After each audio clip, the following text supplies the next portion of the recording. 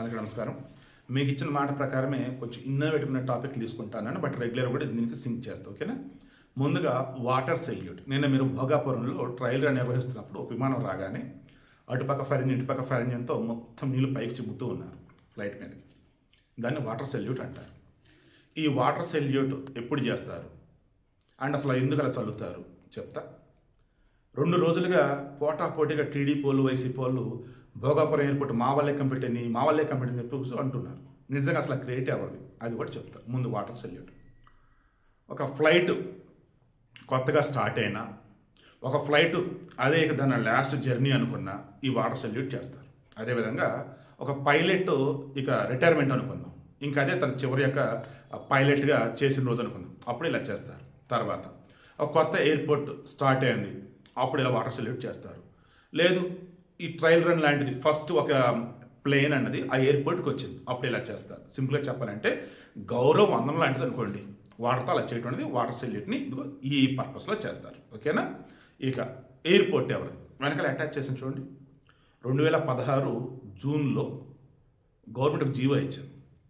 2013 భూసేకరణ చట్టం కింద దాని ప్రకారం ఏంటంటే మార్కెట్ వాల్యూ కింద 3 పరిహారం వచ్చింది.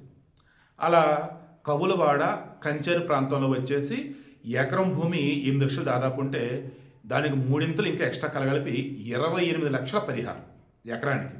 తర్వాత గూడిప వలసలో 10 లక్షలు ఎంతో ఉండే దానికి 3 కలగలిపి ఇంక పైన ఎక్స్ట్రా అన్నట్టు 33 లక్షలు పర్ ఎకరానికి ఎమ్ముని చంద్రబాబు ఒక జీవో రిలీజ్ చేశాడు. కానీ రాయవలస అనే ప్రాంతంలో ఏకంగా సబ్బెట్టి ఎర్రబొస్సే రాని ఊరికి ఎయిర్ బస్ ఎందుకని నా చెల్లి అనుకుంటుంది, నిజమే కదా చెల్లెమ్మ, ఎందుకమ్మా భోగాపురానికి ఎయిర్పోర్ట్ అంటూ జనాలు పిచ్చోళ్ళని చేసేసాడు. వైజాగ్లో పగలే ఈగలు తోలుకుంటూ ఉంటారు జనాలు, ఎవరు రాక ఎయిర్పోర్ట్లో, మరి ఇక్కడ ఎందుకు ఎయిర్పోర్టు ఏడా భోగాపురం అని చెప్పేసి అదొక మాట అన్నాడు. 15,000 ఎకరాలు సేకరిస్తా అంటున్నాడు. ఎవరి కోసం, ఎందుకోసం? కొచ్చిన్ ఎయిర్పోర్ట్ 2,000 ఎకరాల లోపు అండ్ చెన్నై ఎయిర్పోర్ట్ 2,000 ఎకరాల లోపు ఇంటర్నేషనల్ ఎయిర్పోర్ట్స్ అవి, మరి ఇక్కడ 15,000 ఎకరాలు ఎందుకు? రియల్ ఎస్టేట్ కోసం అంటూ టీడీపీ ఎంపీకి 100 ఎకరాలు ఉన్నాయి ఇక్కడ, వాటిని అమ్ముకోవడం కోసం, రియల్ ఎస్టేట్ కోసం అన్నాడు. చివరికి వీటితో అయ్యేది కదరా బాబు అని చెప్పేసి జన దగ్గర భూములు తీసుకోవాలంటే సరే తగ్గిద్దామని 15,000 ఎకరాల నుంచి 5,000 ఎకరాలకు వచ్చి ఆ జీవోలు చెప్పినట్టుగా కలెక్టర్కి పర్మిషన్ ఇచ్చి సేకరించండి అయ్యా అన్నారు. అయినా సరే జనాలు ఇవ్వాల. మొత్తానికి అలాగో భూములు సేకరించారు. అండ్ 2015లో వచ్చేసి రాష్ట్ర ప్రభుత్వం ఆమోదం తెలిపింది ఎయిర్పోర్ట్కి, 2016లో వచ్చేసి సెంట్రల్ గవర్నమెంట్ ఆమోదం తెలిపింది, 2014 రాష్ట్ర విభజన చట్టం ఉంది కదా, పునర్విభజన జరిగింది, అందులోనే ఏపీకి గ్రీన్ ఫీల్డ్ ఎయిర్పోర్ట్ ఆల్రెడీ కేటాయించారు. సో అది ఇది అనుకున్నాడు. ఏ రకంగా వైజాగ్లో నైట్ ల్యాండింగ్కి ఇబ్బంది, అది పక్కన నేవీ వాళ్ళది అనమాట ఏరియా అంతా. సో వాళ్ళు వద్దంటే ఇక్కడ ఇబ్బందులు వస్తూ ఉండేవి. అండ్ ఎక్స్పాన్షన్ అంటే నైట్ ల్యాండింగ్కే ఇవ్వలేదు, మళ్ళీ ఇంకా ఎక్స్పాన్షన్ ఎందుకు రాబోని చెప్పి దాన్ని ఆపేశారు. జగన్ రెడ్డి పదే దీన్ని హైలైట్ చేశాడు. అప్పుడు వైజాగ్ ఎయిర్పోర్ట్ ఉంది, దాన్ని ఎక్స్టెండ్ చేసుకోవచ్చు, అది లేదు, జనరాజ్ లేదు, బేసిక్ సెన్స్ ఉండదు, ఇలాగా మాట్లాడాడు.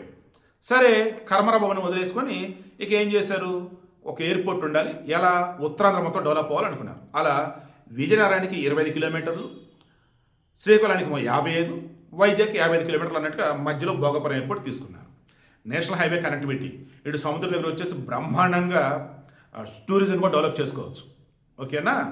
వెనకాల అటాచ్ చేసిన వీడియో ఉంది కదా, అది కూడా ఏంటంటే భోగాపురం ఎయిర్పోర్ట్ ఇంటర్వ్యూలోనే కంప్లీట్ అయితే అసలు ఇప్పటికీ ఆ చుట్టుపక్కల పెద్ద పెద్ద రిసార్ట్లు కట్టేసి ఎక్స్ట్రాడినరీగా టూరిజం డెవలప్ చేసుకోవచ్చు. సరే ఇప్పుడేం చేస్తారని ఆశిద్దాం. సరే పాయింట్కి వస్తాం. ఇక ప్రీ బిడ్డింగ్లు ఇవన్నీ అయిపోయినాయి, మొత్తం రెడీ అయిపోయింది, డీపీ రెడీ అయిపోయింది, మొత్తం జిఎంఆర్ వాళ్ళకి ఇచ్చారు. జిఎంఆర్ వారు గంధి మల్లిక మన తెలుగు ఆయన సంక్షల్ ఎయిర్పోర్ట్ మాత్రం అద్భుతంగా కట్టింది వాళ్ళే. ఇప్పుడు వరల్డ్లో టాప్ 10లో అదొకటి ఎయిర్పోర్ట్ ఎక్స్ట్రాడినరీగా. దానికి తీసుకున్నది 1000 ఎకరాలు, అది చెప్పడం జగన్మోహన్ రెడ్డి. వాళ్ళకి కేవలం జనాన్ని ఎర్రిపప్పలు చేయాలి, జనం ఈయన మాట వింటున్నారంటే వాళ్ళు పిచ్చోళ్ళు చేశారు. అదే చేశాడు. ఇప్పటికే వైసీపీలో ఉన్నటువంటి వాళ్ళు కానీ జగన్ చెప్పేది నమ్మే వాళ్ళని పిచ్చోళ్ళని అంటాం. పాయింట్కి వద్దాం. అవునా కదా, మీ గుండెల మీద చేసుకొని చాలు. సరే ఇక మొత్తాన్ని జిఎంఆర్ వాళ్ళకి ఇచ్చారు. జిఎంఆర్ వాళ్ళకి ఇస్తున్నాడని తెలియగానే నానా యాగి చేశాడు జగన్మోహన్ రెడ్డి. ఎలా, రేపు మేము వస్తే ఆపేస్తాం, కోర్టులో కేసులు వేస్తాం, అది ఇది, ఈ జిఎంఆర్ చంద్రబాబు బినామీ అంటూ అద్దంటితో హడావుడి చేశాడు. సరే జిఎంఆర్ వాళ్ళు వచ్చేసి అన్ని లీగల్ కానీ కరెక్ట్గా ఉన్నది చెప్పేసి పనులు స్టార్ట్ చేశారు. జగన్మోహన్ రెడ్డి 2019లో ముఖ్యమంత్రి అయ్యాడు. ఇప్పుడు ఎలా రానుకున్నారు, పనులు ఆపించేశాడు, ఎక్కడెక్కడ ఉండిపోయింది. ఇక మొత్తానికి మరలా వైజాగ్ ఎగ్జిక్యూటివ్ క్యాపిటల్ హడావుడి చేశాడు కదా, దీనికో ఎయిర్పోర్ట్ కావాలనుకున్నాడు కదా, ఇక అప్పుడు ఇంక జీఎంఆర్కి ఇద్దాంలే, వాళ్ళే సమర్థులు అని చెప్పేసి పిలిచి వాళ్ళకి ఇచ్చాడు. ఆయన కూడా ఇట్లాంటి జగన్ పొగిడినప్పుడు అనుకున్నా, కర్మరాబాబుని పొగిడినట్టున్నాడు ఆ పెద్ద ఆయన అని చెప్పేసి అనుకున్నా. జీఎంఆర్ పొగుడుతూ ఇక శంకుస్థాపన, మరలా జగన్ చేతుల మీద శంకుస్థాపన, 2 సార్లు శంకుస్థాపన, పనులు స్టార్ట్ అయ్యి కూడా శంకుస్థాపన. సరే, 2023 అక్టోబర్లో డిసెంబర్లో శంకుస్థాపన. ఇక ఆ తర్వాత పనులు సాగుతున్నాయి. 2024లో వచ్చేసి కూటమి ప్రభుత్వం వచ్చింది, జగన్ రాల. ఇక జీఎంఆర్ ఊపిరి పీల్చుకుని ఉంటాడు, అమ్మయ్యా ఎవరి చేతుల మీదగా అయితే ప్రాజెక్టు మొదలైందో ఇప్పుడు వారి హయాంలో కంప్లీట్ కాబోతుంది, సంతోషం అనుకున్నాడు. చంద్రబాబు నాయుడు గారు దగ్గరుండి మరి మన రామ్మోహన్ రెడ్డి ఏవియేషన్ మినిస్టర్ని, విజయనగరం ఎంపీ అప్పలనాయుడిని చూసుకోమని చెప్పారు. మొత్తం చూసుకున్నారు. రేపు 2026 డిసెంబర్లో ఇస్తారులే అనుకున్నారు ఎయిర్పోర్ట్ని. బట్ నిన్న ఆల్రెడీ ట్రయల్ కానీ సక్సెస్ అయిపోయింది. రేపు జూన్ 26కి అంతే, జూన్ 27, జూన్ 26కి ఇంక 4-5 నెలల్లో హ్యాండ్ ఓవర్ చేస్తామని చెప్పారు. ప్రయాణికులకు సంబంధించి రాకపోకలు వచ్చేసి రేపు ఆగస్టు నుంచి అని అంటున్నారు. ఫస్ట్ వచ్చేసి 60 లక్షల మందికి సరిపడా అన్నట్టు ఇయర్లీ. ఆ తర్వాత 1,20,00,000 మంది సరిపడేట్టుగా ఎక్స్పాన్షన్ చేసుకోవచ్చు. ప్రజెంట్ 2,200 ఎకరాల్లో ఎయిర్పోర్ట్ ఉంది. ఒక 500 ఎకరాలు వచ్చేటప్పటికన్నా పక్కన స్టాక్ పెట్టుకున్నారు భవిష్యత్తు కోసం, ఎక్స్పాన్షన్ కోసం. అండ్ 500 ఎకరాలు వచ్చేసి మన రాజుగారు అశోక్ గజపతి గారు ఇచ్చున్నారు భూములు. జిఎంఆర్ మాన్సాస్ ఎడ్యుసిటీ అని చెప్పేసి ఏవియేషన్ అకాడమీకి సంబంధించి. సో ఎక్స్ట్రా చుట్టుపక్కల మొత్తం డెవలప్ అవుతుంది. ఇప్పుడు ఇందులో ఎక్కడన్నా జగన్ ఏదన్నా ఒక పాజిటివ్ పాయింట్ ఉంటే మీరు చెప్పండి. ప్రజావేదికను కూల్చి 3 విధ్వంసం చేసి ఎక్కడెక్కడ ఉంచాడు కదా, అలా భోగపురం ఎయిర్పోర్ట్ విషయంలో చేయలే, అదొక్కటే అంతే. ఏ రకంగా సర్లే చేసుకోపో అని ఆయన చెప్పాడు. అప్పటికే ఇంకా 200 ఎకరాలు లీగల్గా ప్రాబ్లం ఉంది. కూటమి గవర్నమెంట్ వచ్చి 200 ఎకరాలు బయటికి తీపిచ్చారు. భూమి సేకరించి 2,500 ఎకరాలు చంద్రబాబు హయాంలో, లిటిగేషన్ 200 ఎకరాలు ఫ్రీ చేయించింది చంద్రబాబు హయాంలో. ఇక జగన్ చేసింది ఏంటిది? ఆపటం తప్ప. ఎర్ర బస్సు రాని ఊరికి ఎయిర్ బస్సు ఎందుకని ఎగతాళి చేసింది జగన్ కాదా? భోగాపురం ఎయిర్పోర్ట్ విషయంలో వైజాగ్లోనే ఏకలు తోలుకుంటారు పగడపూట, ఏడ ఎయిర్పోర్ట్ ఎందుకని చెప్పింది జగన్ కాదా? చెన్నైకి వచ్చిన ఎయిర్పోర్ట్లో ఉన్నది ఎంత, ఏడెందుకు ఎంత అని చెప్పింది జగన్ కాదా? ఇక టెర్మినల్ ఏరియా వచ్చేసి మొత్తం చూస్తే 81,000 చదరపు మీటర్లు, ఆల్రెడీ 78,000 చదరపు మీటర్లు కంప్లీట్ అయిపోయింది. ఇంకా బ్యాలెన్స్ ఎంత ఉంది? 78, 80, 3,000 చదరపు మీటర్లు ఉంది, అది కూడా కంప్లీట్ అయింది. బ్యాలెన్స్ వరకు జస్ట్ 5% సెన్సిటివ్ వరకు త్వర కంప్లీట్ అయిపోయింది. అది కూడా 4 నెలల్లో మొత్తం హ్యాండ్ ఓవర్ చేస్తారు. మొత్తం 3.8 కిలోమీటర్లు అతి పెద్ద రన్వే, దేశంలో పెద్ద రన్వేలు ఇది కూడా ఒకటి. టాప్ మోస్ట్ పెద్ద పెద్ద విమానాలు ఉంటాయి కదా, బోయింగ్లో ఇంకా అంతమంది ఉంటాయి పెద్ద పెద్దవి, అవి కూడా ఇక్కడ దిగవచ్చు, ఎయిర్ బస్సులు అవి ఎనీవే. చెప్పుకుంటూ పోతే ఇండియాలో one of the best green field airport అంటే ఇప్పుడు నిలవబోతుంది. ఆనాడు శంషాబాద్ ఎయిర్పోర్టు చంద్రబాబే, ఈరోజు భోగపురం ఎయిర్పోర్ట్ చంద్రబాబే. ఇలా చెప్పుకుంటూ పోతే డెవలప్మెంట్ అంటే చంద్రబాబు. అవునా కాదా చెప్పండి. నిజంగా నాకు ఆయన అంటే అందుకే ఇష్టం. నాకు టీడీపీ అంటే ఇష్టం కాదు, చంద్రబాబు నాయుడు అంటే ఇష్టం, పవన్ కళ్యాణ్ అంటే ఇష్టం.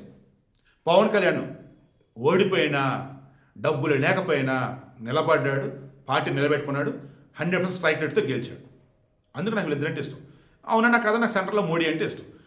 జనరల్గా దేశంలో జరిగే వాటికి సంబంధించి ఆయన చేసే రాజకీయానికి సంబంధించి నేను కొన్ని విమర్శించిన రోజులోని, బట్ అంతర్జాతీయంగా అన్నప్పుడు సనాతన ధర్మానికి సంబంధించి అన్నప్పుడు అద్భుతం చేశాడు మన మోడీ. ఈ రోజు కూడా వేరే వీడియోలో బట్ ఇందులో చెప్తున్నాను, సోమనాథ్ దేవాలయం ఆనాడు గజనీ మహాదేవుడు దిక్కుమాల దరిద్రుడు ఎన్నిసార్లు దాడులు చేశాడు.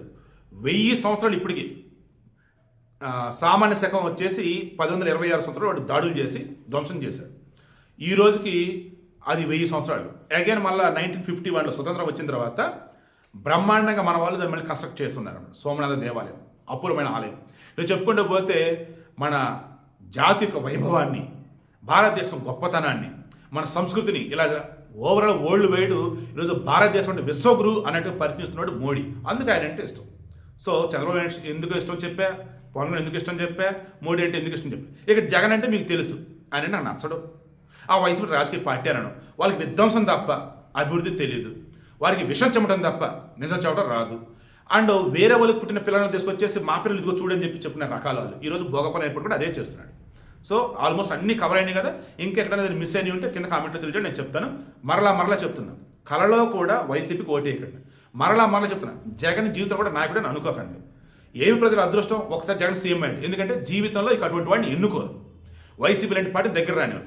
ఇంకా వైసీపీ అంటూ జై జగన్ అంటున్న వాళ్ళు ఉన్నారే, మనస్ఫూర్తి చెప్తాను, ఒకసారి మీ గుడ్ల మీద చేసుకొని ఆలోచించండి, అప్పుడు మీకు తెలిసింది మీరు ఏం చేస్తున్నారు ఏంటో. ఇక ఇప్పుడు మనస్ఫూర్తిగా నేను చెప్తున్నాను కదా, ఉత్తరాంధ్ర అనేది ఇన్నాటకండి, ఉత్తరాంధ్ర ఇన్నాటకి సరైనటువంటి అభివృద్ధిలో ముందుకు దూసుకుపోతుంది. చాలా చాలా సంతోషంగా అయితే ఉంది.